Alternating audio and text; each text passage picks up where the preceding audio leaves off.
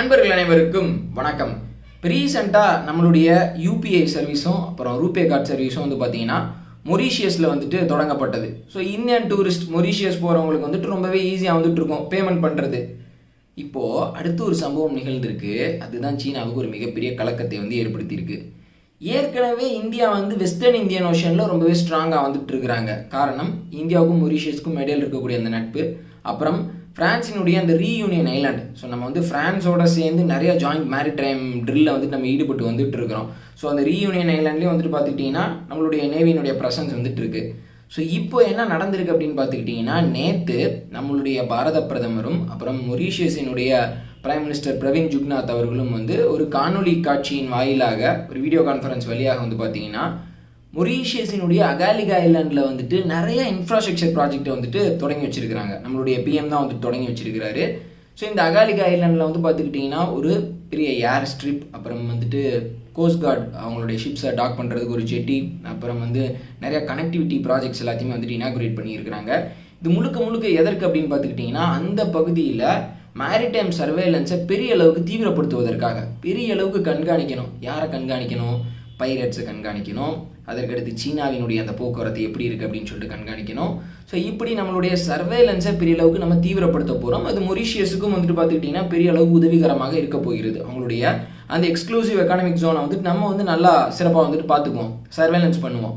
So இப்போது இந்த விஷயம் ஒரு சிறப்பான விஷயம். அந்த நேரத்தில் பார்த்துக்கிட்டிங்கன்னா நேற்று நம்மளுடைய பிரைம் மினிஸ்டர் பேசினது, அப்புறம் ஜுக்நாத் அவர்கள் பேசினது இன்னமும் நம்மளுடைய எதிரிகளுக்கு பெரிய காட்டத்தை ஏற்படுத்தியிருக்கோம். நம்மளுடைய பிரைம் மினிஸ்டர் என்ன சொல்லியிருக்கிறார் அப்படின்னா, மொரீஷியஸ் இந்தியாவினுடைய ஒரு நேச்சுரல் பார்ட்னர், இந்தியன் ஓஷனில் இருக்கக்கூடிய ஒரு இயற்கையான ஒரு நண்பன். இப்போ இந்தியாவுக்கும் மொரீஷியஸ்க்கும் இடையில் இருக்கக்கூடிய அந்த ஸ்ட்ராட்டஜிக் பார்ட்னர்ஷிப்பை பற்றி அவர் சொல்லியிருக்கிறாரு. என்னென்ன விஷயங்களில் இந்தியாவும் மொரீஷியஸும் பெரிய அளவுக்கு இணைஞ்சு செயல்படுறாங்க அப்படின்றதையும் அவர் சொல்லியிருக்கிறாரு. அப்புறம் ஜுக்நாத் அவர்கள் என்ன சொல்லியிருக்கிறார் அப்படின்னா, இப்போ நடந்த அந்த ஈவெண்ட், இப்போ நேற்று நடந்த அந்த சம்பவம் ஒரு பெரிய வரலாற்று நிகழ்வு. இந்தியாவுக்கும் மொரீஷியஸ்க்கும் இடையில் இருக்கக்கூடிய உறவுகள் பார்த்துக்கிட்டிங்கன்னா பெரிய அளவுக்கு சிறப்பாக இருக்கு. அந்த கொலாபரேஷன் சிறப்பாக இருக்குது. இது ஒரு ஹிஸ்டாரிக் டே அப்படின்னு சொல்லிட்டு அவரும் சொல்லியிருக்கிறாரு. ஸோ சைனா கண்டிப்பாக அந்த விஷயத்தை பெரிய அளவுக்கு ஃபோக்கஸ் பண்ணுவாங்க. ஏன் அப்படின்னு கேட்டுக்கிட்டிங்கன்னா, அவங்க இந்தியன் ஓஷனில், குறிப்பாக வெஸ்டர்ன் இந்தியன் ஓஷனில் பெரிய அளவுக்கு அவங்களால செயல்பட முடியல. ரீசெண்டாக இந்தியன் நேவி பார்த்துக்கிட்டிங்கன்னா நிறைய பைரசி அட்டம்ப்டை தடுத்து நிறுத்தினாங்க. சொமாலி பைரேட்ஸ் நிறைய கப்பல்கள் பிடிப்பதற்கு முயற்சி பண்ணாங்க. பிடிச்ச கப்பல்களை கூட பார்த்துக்கிட்டிங்கன்னா நம்மளுடைய இந்தியன் நேவி மீட்டெடுத்தாங்க. அப்புறம் நிறையா ஆயில் டேங்கர்ஸ், நிறையா ஷிப்ஸ் ஹவுத்திஸால் அட்டாக் செய்யப்பட்டதுக்கு ரெஸ்கியூக்கு நம்ம தான் போனோம். ஸோ அப்படி சீனாவால் துரிதமாக செயல்பட முடியலை. ஸோ அதனால் மொரீஷியஸில் நம்மளுடைய செயல்பாடு அதிகமாகிறது சீனாவுக்கு பெரிய கலக்கத்தை ஏற்படுத்தும். வரும் காலத்தில் அகாலிகா ஐலாண்டில் இன்னமும் நிறைய டெவலப்மெண்ட் ப்ராஜெக்ட்ஸ் நம்ம அண்டர்டேக் பண்ணுவோம். ஸோ இதெல்லாம் சீனாவுக்கு எந்த அளவுக்கு ஒரு எரிச்சல் ஏற்படுத்தும் அப்படின்றத நீங்களே இமேஜின் பண்ணி பாருங்கள். ஸோ இன்னொரு பக்கம் பார்த்துக்கிட்டிங்கன்னா, லக்ஷதீப்பில் இருக்கக்கூடிய மினிகாய் ஐலாண்டில் நம்ம ஒரு புது நேவல் பேஸை இனாகுரேட் பண்ண போகிறோம். ஸோ இது வர வாரம் மார்ச் 5ஆம் தேதி நான் நினைக்கிறேன், வர வாரம் இனாகுரேஷன் இருக்கும் அப்படின்னு சொல்கிறாங்க. ஸோ இந்த மினிகாய் ஐலாண்ட் பார்த்துக்கிட்டிங்கன்னா மால்தீவ்ஸ்க்கு சொந்தமான ஒரு தீவுலேருந்து வெறும் 50 மைல் தான். ஸோ மால்தீவ்ஸ் இந்த மினிகாய் ஐலாண்ட்லேருந்து ஈஸியாக கண்காணிக்கலாம். ஸோ இந்த மினிகாய் ஐலாண்டுக்கு நம்மளுடைய 2 ஏர்கிராஃப்ட் கேரியர்ஸும், ஐஎன்எஸ் விக்ராந்த், ஐஎன்எஸ் விக்ரமாதித்யா, ரெண்டுமே போக போகுது. ஸோ லக்ஷதீப்பில் இருக்கக்கூடிய ஒரு தீவுக்கு நம்மளுடைய 2 ஏர்கிராஃப்ட் கேரியரும் போகுது. இது முதல் முறை நம்மகிட்ட 2 ஏர்கிராஃப்ட் கேரியரே இப்போ தானே இருக்கு.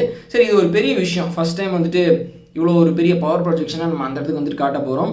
ஸோ இது எல்லாமே பார்த்துக்கிட்டிங்கன்னா யாருக்கு ஒரு பெரிய பின்னடைவான செய்தி அப்படின்னா, சீனாவுக்கு ஒரு பின்னடைவு, மாலத்தீவுக்கும் ஒரு பெரிய பின்னடைவு. இந்தியாவை ஒதுக்கி வச்சுட்டு அவங்க சீனாவோட பெரிய அளவுக்கு இணைஞ்சு செயல்படணும்னு நினைக்கிறாங்க. ஆனால் அது ரொம்ப தவறாக போய் முடியும் அப்படின்றத மாலத்தீவு உணரலை. ஒரு ரீஜியனல் பார்ட்னர் அவங்க பெரிய அளவுக்கு இக்னோர் பண்ணுறாங்க. சரி, இப்போது மியூசோ அரசாங்கம் இக்னோர் பண்ணால் நம்ம ஒதுங்கி போயிடுவோமா? இல்லை, நம்ம ஒதுங்கினா சீனாவுக்கு அது ஒரு பெரிய வாய்ப்பாக போயிடும். ஸோ மாலத்தீவில் கூடிய சீக்கிரம் ஆட்சி மாற்றம் அப்படின்றது நிகழும்.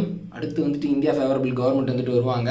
ஸோ நம்ம போகிறது யாருக்கு சாதகமாக, அதாவது இப்போ கவர்மெண்ட் சரியில்லை அப்படின்னு சொல்லிட்டு ஒட்டுமொத்தமாக நம்ம ரிலேஷன்ஷிப்பை முடிச்சுக்கிறது யாருக்கு சாதகமாக இருக்கும் அப்படின்னா சீனாவுக்கு சாதகமாக இருக்கும்.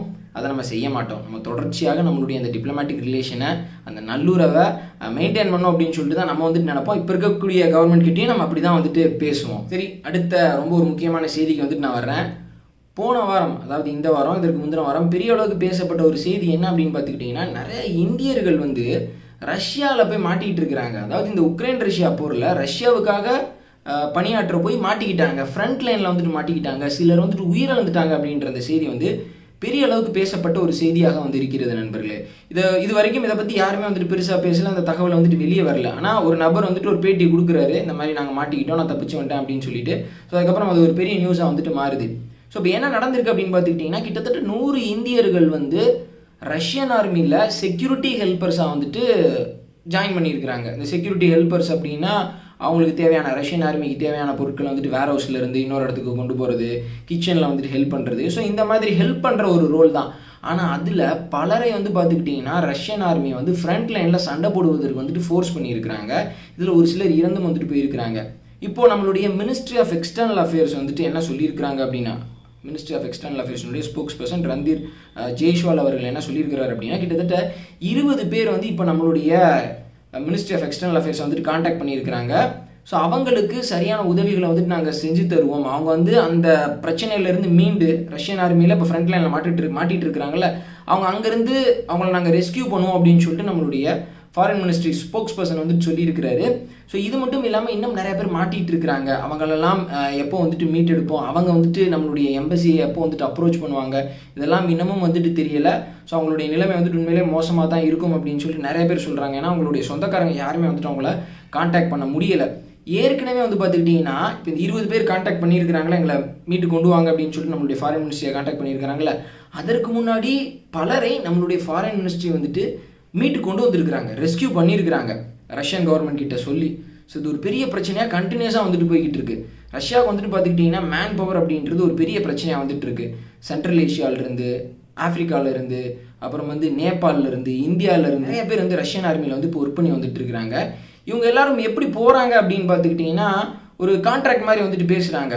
மொத்தம் வந்துட்டு உங்களுக்கு இந்த 4 லட்சம் 5 லட்சம் வந்துட்டு நாங்கள் கொடுத்துருவோம் ஒரு வருஷத்தில், முதல்ல வந்துட்டு அட்வான்ஸ் அமௌண்ட்டை வந்துட்டு நீங்கள் 2 லட்சம் வாங்கிக்கோங்க அப்படின்னு சொல்லிட்டு வர சொல்கிறாங்க. இந்த மாதிரி ஹெல்ப்பர் ஒர்க் தான் அப்படின்றப்போ வந்து இங்கே வேலை இல்லாதவங்க இல்லை கம்மி சம்பளத்துக்கு வேலை பார்த்துட்டு இருக்கிறவங்களுக்கு ஸ்டார்டிங்லேயே ஒரு 2 லட்சம் 1.5 லட்சம் அப்படின்னா அது ரொம்ப ஒரு பெரிய அமௌண்ட்டாக வந்து தெரியும்.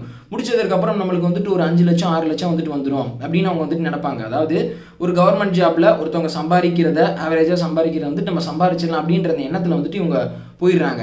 அதனால தான் நம்மளுடைய ஃபாரின் மினிஸ்ட்ரி வந்துட்டு வார்ன் பண்ணியிருக்கிறாங்க, இந்த மாதிரி உக்ரைனுக்கும் ரஷ்யாவுக்கும் இடையில ஒரு பெரிய பிரச்சனை வந்துட்டு போயிட்டு இருக்கு. ஸோ வேலை தேடி வந்துட்டு இப்படிப்பட்ட ஒரு இடத்துல வந்துட்டு மாட்டிக்காதீங்க அப்படின்னு சொல்லிட்டு ஒரு காஷன் நோட்டீஸும் வந்துட்டு நம்மளுடைய ஃபாரின் மினிஸ்ட்ரி வந்துட்டு கொடுத்துருக்குறாங்க நண்பர்களே. ஸோ இப்போது ரஷ்யா வந்து பெரிய அளவுக்கு அவங்களுடைய எஃபர்ட்டை வந்துட்டு போட்டு வந்துட்டு இருக்கிறாங்க. உக்ரைனை பெரிய அளவுக்கு இன்னமும் பின்னுக்கு தள்ளணும், மேற்கு நோக்கி வந்து தள்ளணும் அப்படின்னு சொல்லிட்டு பெரிய எஃபர்ட்டை போட்டு வந்துட்டு இருக்கிறாங்க.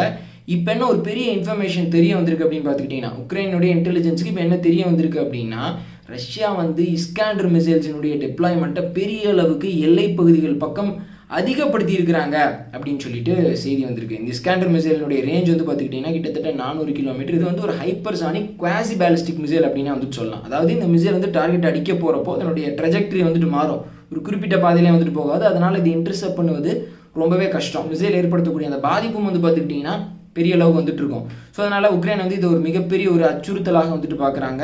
இப்போ ரஷ்யா வந்து அவங்களுடைய ஏர்ஃபோர்ஸினுடைய அந்த செயல்பாட்டையும் அதிகப்படுத்த ஆரம்பிச்சிட்டாங்க. நிறைய ஏர் ரைட்ஸ் வந்துட்டு இப்போ கண்டக்ட் பண்ண ஆரம்பிச்சிட்டாங்க. நிறைய ஏர் டு கிரவுண்ட் மிசைல்ஸையும் வந்துட்டு அவங்க ஃபயர் பண்ணி வந்துட்டு இருக்காங்க. கினால் ஹைப்பர்சானிக் மிசைல்ஸை வந்துட்டு இப்போ நிறைய ரீசெண்டாக ஃபயர் பண்ணியிருக்காங்க. க்ரூஸ் மிசைல்ஸ் வந்துட்டு ஃபயர் பண்ணியிருக்காங்க. எனினும் வந்துட்டு பார்த்துக்கிட்டிங்கன்னா ரஷ்யன் ஏர்ஃபோர்ஸ் இவ்வளோ பண்ணுறாங்க. இந்த சுச்சுவேஷனில் ரஷ்யன் ஏர்ஃபோர்ஸுக்கு ஒரு மிகப்பெரிய அடி வந்து ஏற்பட்டிருக்கு. கிட்டத்தட்ட 10க்கும் அதிகமான ரஷ்யன் ஏர்கிராஃப்ட்ஸை உக்ரைன் சுட்டி வீழ்த்தியதாக வந்துட்டு கூறுறாங்க. அது மட்டும் இல்லாமல் சோஷியல் மீடியாவில் வந்து நிறையா மீம்ஸ் போட்டு ரஷ்யா வந்துட்டு வறுத்தெடுத்து வந்துட்டு இருக்கிறாங்க. ஏதோ ஒரு பெரிய கட்டையிலேருந்து இந்த பாகுபலி படத்தில் வந்துட்டு குண்டை வீசி எறிவாங்கல்ல, ஒரு பெரிய உருண்டையாக இருக்கும், அந்த மாதிரி ரஷ்யாவினுடைய ஃபைட்டர் ஜெட்ஸ் வந்துட்டு அவங்க வீசி எறிகிறாங்க. அது வந்துட்டு அப்படியே உக்ரைனுடைய டெரிட்டரிக்குள்ளே மண்ணுக்குள்ளே அப்படியே சொருகிற மாதிரி வந்துட்டு வீடியோலாம் போட்டிருக்காங்க. என் வியூஸ்லாம் வந்துட்டு போயிருக்கு ட்விட்டரில், நான் சொல்கிறேன். ஸோ அப்புறம் வந்து பார்த்தீங்கன்னா ரஷ்யா ஃபயர் பண்ணியிருக்கக்கூடிய அந்த மிசைல்ஸை, பெருவாரியான மிசைல்ஸை வந்துட்டு நாங்கள் இன்டர்செப்ட் பண்ணிட்டோம், எங்களுக்கு எந்த பாதிப்பும் ஏற்படலை அப்படின்னு சொல்லிட்டு உக்ரைன் சொல்கிறாங்க. இந்த கினால் ஹைப்பர்சானிக் மிசைலே வந்துட்டு நாங்கள் இன்டர்செப்ட் பண்ணிட்டோம் அப்படின்னு சொல்லிட்டு உக்ரைன் சொல்கிறாங்க. எனினும் உக்ரைனுக்கு என்ன ஒரு பெரிய பிரச்சனை வரும் அப்படின்னு பார்த்துக்கிட்டிங்கன்னா, ரஷ்யா வந்து அவங்களுடைய அந்த அட்டாக்கை ரொம்ப தீவிரப்படுத்திக்கிட்டே போனாங்க அப்படின்னா உக்ரைனுடைய ஏர் டிஃபென்ஸ் சிஸ்டம், அவங்களுடைய சர்ஃபேஸ் டு ஏர் மிசைல் வந்துட்டு டெப்ளீட் ஆயிரும். ஸோ ஏதாவது ஒரு கேப்பை பிடிச்சி வந்துட்டு ரஷ்யா பெரிய ஒரு அட்டாக் வந்துட்டு நிகழ்த்திடுவாங்க. ரஷ்யா அதற்கு தான் வந்து வெயிட் பண்ணிகிட்டு இருக்கிறாங்க. உக்ரைனுக்கு வந்துட்டு எவ்வளோ நாள் தான் வந்துட்டு மேற்கத்திய நாடுகள் சப்ளைஸ் கொடுத்து வந்துட்டு இருப்பாங்க. இங்கே யாருக்கு முதல்ல பெரிய அளவுக்கு ஷார்ட்டேஜ் வருது அப்படின்றதான் கேள்வி. யாருக்கு ஒரு பெரிய சிக்கல் வந்துட்டு வருதோ, யாருக்கு ஒரு பெரிய ஷார்ட்டேஜ் வந்துட்டு வருதோ அவங்க பயங்கரமான இழப்புகளை வந்துட்டு சந்திப்பாங்க. ரஷ்யாவுக்கு இப்போதைக்கு ஷார்ட்டேஜ் கிடையவே கிடையாது. உக்ரைனுக்கு ஷார்ட்டேஜ் இருக்குது. அது இன்னமும் தீவிரப்படுத்துவதற்கு ரஷ்யா வந்து பார்த்துக்கிட்டிங்கன்னா உக்ரைனினுடைய அந்த ஆயுத கிடங்குகளை அவங்களுடைய வேர் ஹவுஸை வந்துட்டு குறி வச்சு அடிச்சுக்கிட்டு இருக்கிறாங்க.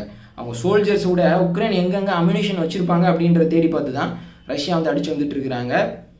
என்ன நடக்குது அப்படின்றத பொறுத்திருந்து பார்க்கலாம் சொல்லிட்டு இருக்கிறோம். அதே மாதிரியே விஷயம் போய்கிட்டே இருக்குது. 2022 ஆரம்பிச்சதா, 23, 24 2 வருஷம் ஆயிடுச்சு எப்பா. சரி நண்பர்களே, இதோட இந்த வீடியோ வந்துட்டு நான் முடிச்சுக்கிறேன். உங்களுடைய ஒப்பீனியனை மறக்காமல் கமெண்ட் செக்ஷனில் சொல்லுங்கள். இந்த வீடியோவை மறக்காமல் உங்களுடைய நண்பர்களுக்கு ஷேர் பண்ணுங்கள்.